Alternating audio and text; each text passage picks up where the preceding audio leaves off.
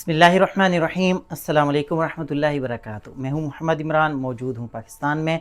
हज 2025 में कितने रियाल अपने साथ लेके जाने होंगे, रियाल कब ख़रीदने हैं, रियाल का क्या तरीक़ाकार है और ज़रूरी चीज़ ये है कि एक बंदा कितने रियाल अपने साथ लेके जा सकता है। अच्छा, रियाल नहीं लेके गए, सऊदी अरब में जाके आपको कैसे एक्सचेंज करवाना होगा या फिर बेस्ट तरीका है बैंक का आप कैसे एक्टिव करा के जा सकते हैं, अपने ATM के ज़रिए ही सऊदी अरब में पेमेंट कैसे कर सकते हैं। तो तमाम तर चीज़ें आज की वीडियो में डिटेल से बताता हूँ।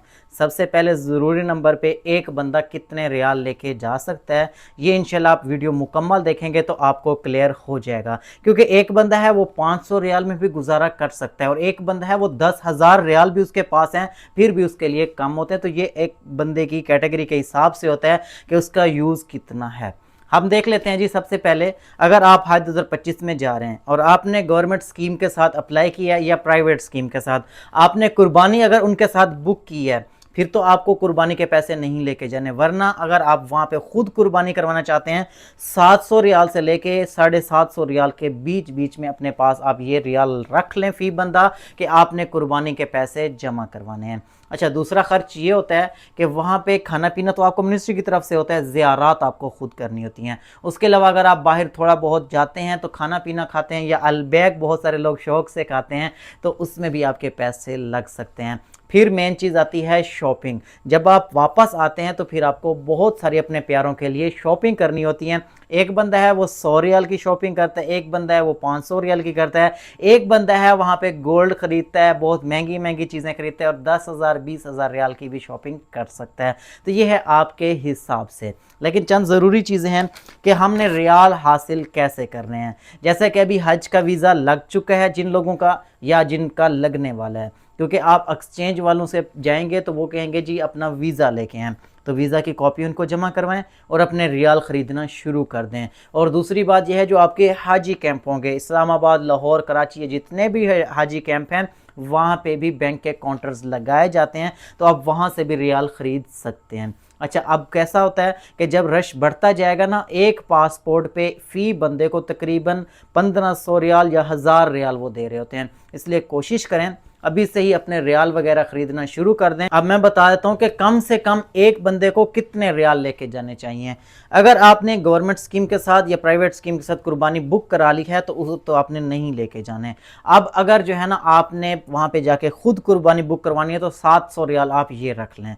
उसके अलावा थोड़ा बहुत खाने पीने और ज़ियारात के पैसे रख लें, वो 500 रियाल आप एक रैंडमली रख लें।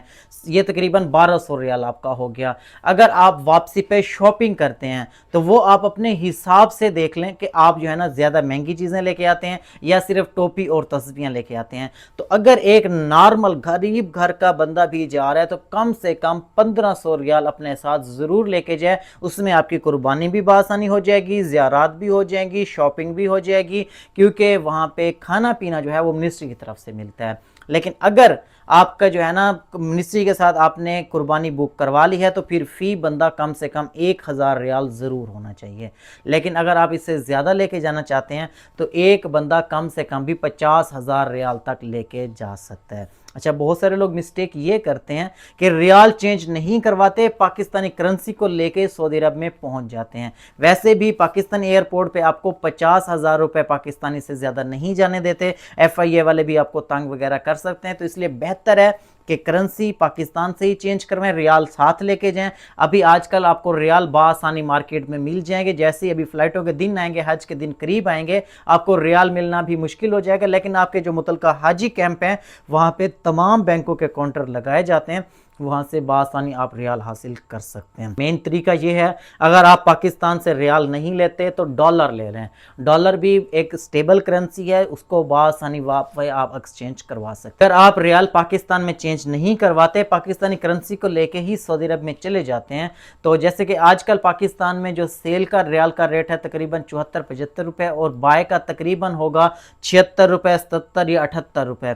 लेकिन जब आप सऊदी अरब में पहुंचेंगे तो एक रियाल आपको 80 का, 90 का या इससे भी महंगा मिलेगा। और पिछले सालों में ये हुजाज के साथ हो चुका है। फिर हुजाज सोच रहे थे कि हमें तो रियाल डबल पैसों में मिल रहे थे, तो इसलिए कोशिश कीजिए पाकिस्तान से लेके जाइए। वरना बेस्ट तरीका मैं आपको बता देता हूँ, आप जिस भी बैंक में आपका अकाउंट है, आप उस बैंक में जाके उनको कहें जी हमारी ऑनलाइन ट्रांजैक्शन एक्टिव कर दें और इंटरनेशनल ट्रांजैक्शन एक्टिव कर दें।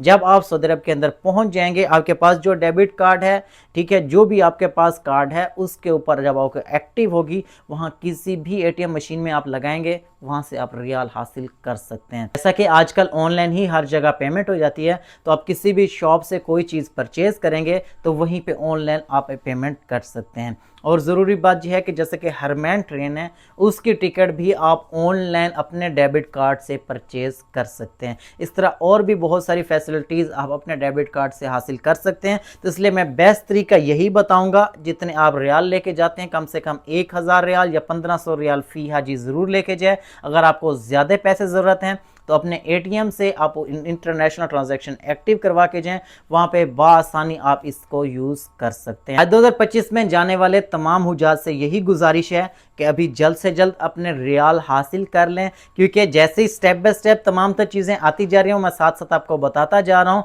अभी आपको बासानी मार्केट में भी रियाल मिल जाएंगे और आजकल रियाल का रेट भी स्टेबल है। मज़ीद आप इसको महंगा हज के दिनों में हो सकता है, तो इसलिए पाकिस्तान से आप अपने रियाल और तमाम तर चीज़ें कन्वर्ट करके ज़रूर जाएँ।